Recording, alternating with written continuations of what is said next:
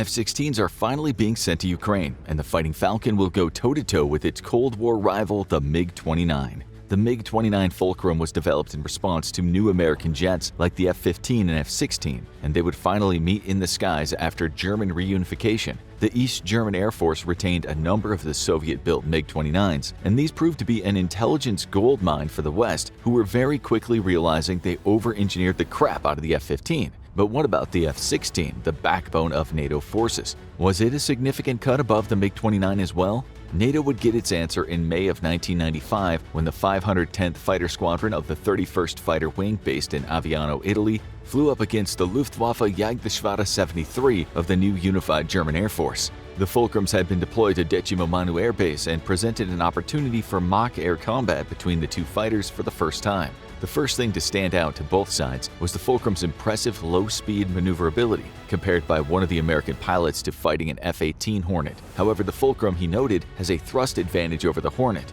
The thrust advantage allowed the Fulcrums to regain energy faster and made it more difficult for the smaller F-16 to exploit strategies it might employ against an F-18, where it forced it to trade speed for maneuverability. The helmet-mounted sight system of the MiG-29 proved a significant challenge to the F-16s though, who were forced to dump flares anytime they got within the 45-degree nose cone of the MiG-29. The helmet-mounted sight was a significant game-changer for fighter jets, and after Soviet MiG-21s and MiG-23s were downed by the South African Air Force using locally developed helmet-mounted sights in the 1970s, the Soviet Union created a crash program to develop a counter to the South African tech. This would result in the helmet-mounted display and a high off-bore sight missile, the R-73. Fielded in 1985, the MiG-29 included both systems, allowing Soviet pilots to fire missiles in the direction they were physically turning their heads toward. This 45-degree cone gave the MiG-29 an immediate advantage over traditional fighters, which needed to keep their opponent within a much smaller forward-facing cone of their own. And it made the MiG-29 deadly in a dogfight. Coupled with its great thrust output and maneuverability, the MiGs were proving to be a challenge for the F-16s. As told by Lieutenant Colonel Gary West, commander of the 510th, the MiG-29's helmet-mounted sight was seen as an insurmountable challenge in close-quarters dogfighting, so the F-16s were better served avoiding it altogether. However, the Americans quickly found ways of neutralizing the Soviet plane's advantage. The F-16, a smaller, lighter plane, enjoys a significant advantage at higher speeds, coupled with excellent maneuverability of its own. Thus, the Americans found that as long as they kept their airspeed at around 325 knots, they could outmaneuver the MiG-29s and negate the advantage of its helmet-mounted sight. Once the Americans and the Germans swapped planes, the weaknesses of the MiG-29 further came to light. The plane was not nearly as nimble as the F-16, and its visibility is also terrible. An F-16 pilot sits high in the cockpit with a bubble canopy that gives them the ability to see 360 degrees around them. The MiG-29, meanwhile, has much less visibility.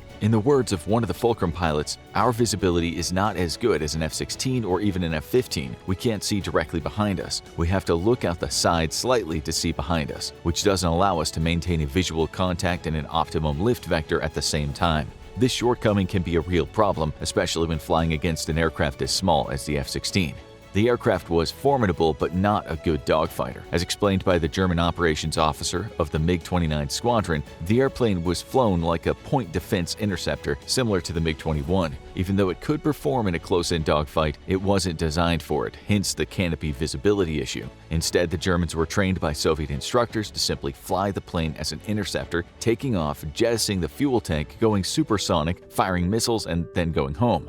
This naturally was a significant flaw in the Soviet air doctrine, which relegated its air forces to fighting long-range skirmishes supported by ground-based air defenses. NATO forces, meanwhile, trained to achieve air superiority and then hold it. From a logistical point of view, it made sense. NATO had better aircraft with better avionics and sensors, and the Soviets knew that they would never win an air war if their air force went toe-to-toe with NATO's. However, by tying in ground-based air defenses and keeping the Soviet air force within range, the Soviet Union hoped to keep airspace directly over the front lines relatively safe for ground forces. Ultimately, this would prove a significant flaw with the revelation brought on by Desert Storm when American forces executed their deep strike doctrine, flying deep behind the front lines to attack support and logistical targets, evading or destroying ground-based air defenses. Then there's the recent revelations brought on by the war in Ukraine. To date, Russia has downed nearly as many of its own aircraft as Ukraine has. This is due to a lack of competency in operating ground-based air defenses alongside active air forces. In Desert Storm, the US and its allies operated hundreds of air defenses with thousands of aircraft overhead, resulting in only a handful of friendly shootdowns. By comparison, Russia today is operating in a theater twice the size with about a quarter of the aircraft and has suffered dozens of friendly shootdowns. This includes the incredible shootdown of 4 aircraft in one day inside of Russia's own borders.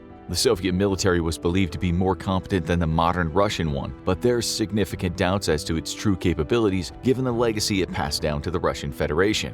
Back to the fight though. American pilots found that the MiG-29 could be very dangerous in the initial stages of a tight dogfight. However, soon the F-16's superior maneuverability and light weight could be used to gain the energy advantage. But that was in the mid-1990s. How would the MiG-29 fare today? A Polish pilot who has flown both the MiG-29 and F-16 recently spoke to the media, stating that he would not like to fly the MiG-29 in real combat if given the choice. With 5 years' experience in both aircraft, the Polish pilot pointed out that even small advantages add up to significant outcomes. The F-16's cockpit was designed with pilot comfort in mind, with instruments laid out in a convenient way that makes flying the aircraft much easier to the pilot. In his own words, this type of design philosophy simply did not exist in the Soviet Union. Aircraft were built to utilitarian standards, and no thought was given to how a pilot's comfort or even the ease of operating various instruments could result in an advantage in a fight. Then again, the Soviets may have seen the MiG-29 as an interceptor meant to undertake 30-minute sorties, getting into the sky, shooting its missiles, and immediately going back home.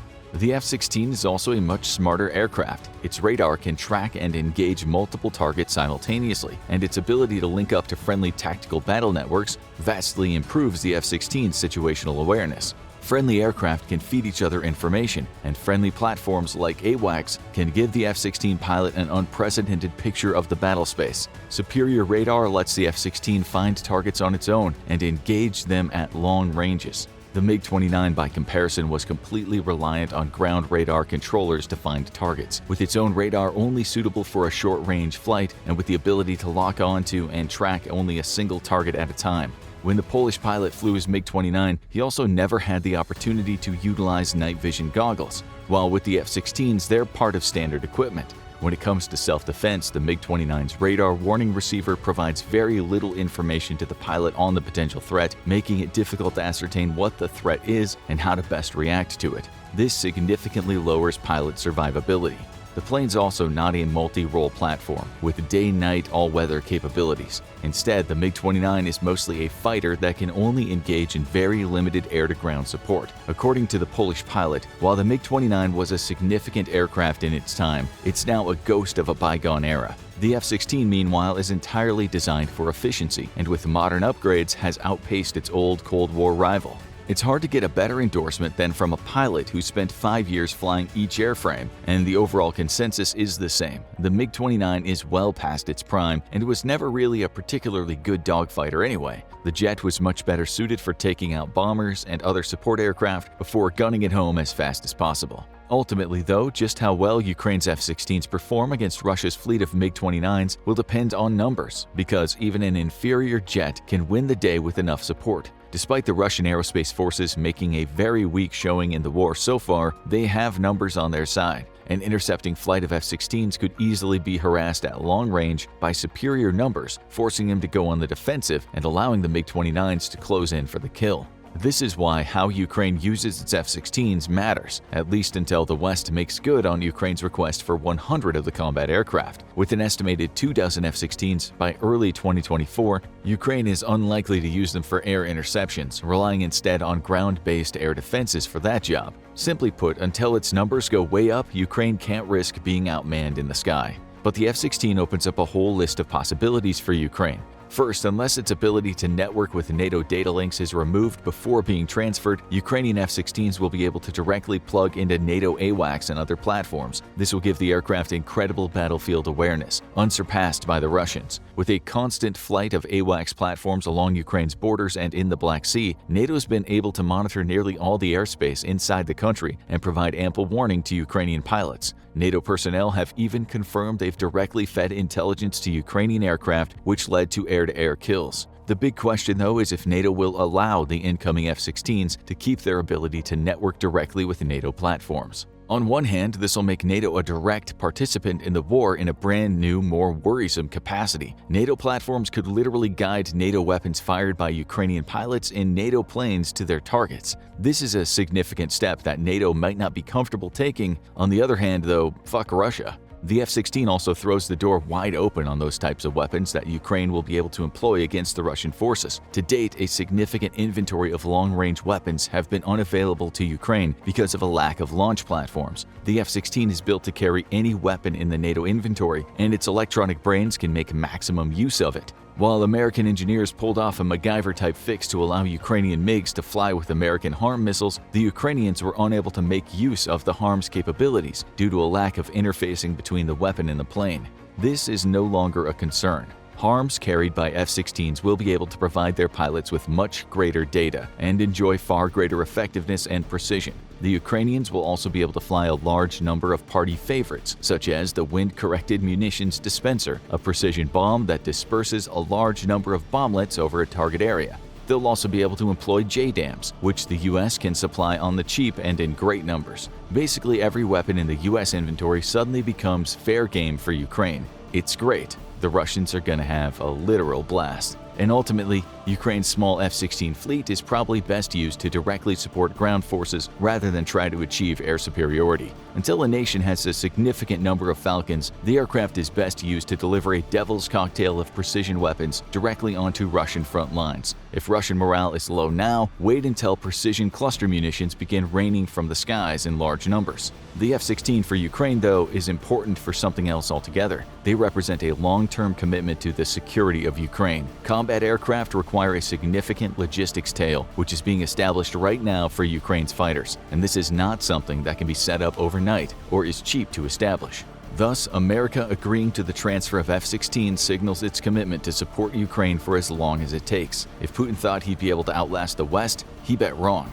F-16s also will begin the process of standardizing Ukraine's military with NATO's, a significant step forward to actual NATO membership. The US is looking to the future and is setting up the groundwork that'll help transform the Ukrainian military into an armed force that can be easily integrated into NATO, both for continued support and for continued security once Putin accepts his war was over the moment his forces failed to take Kyiv in 3 days. Now go check out why Russia is scared of F-16s in Ukraine, or click this other video instead.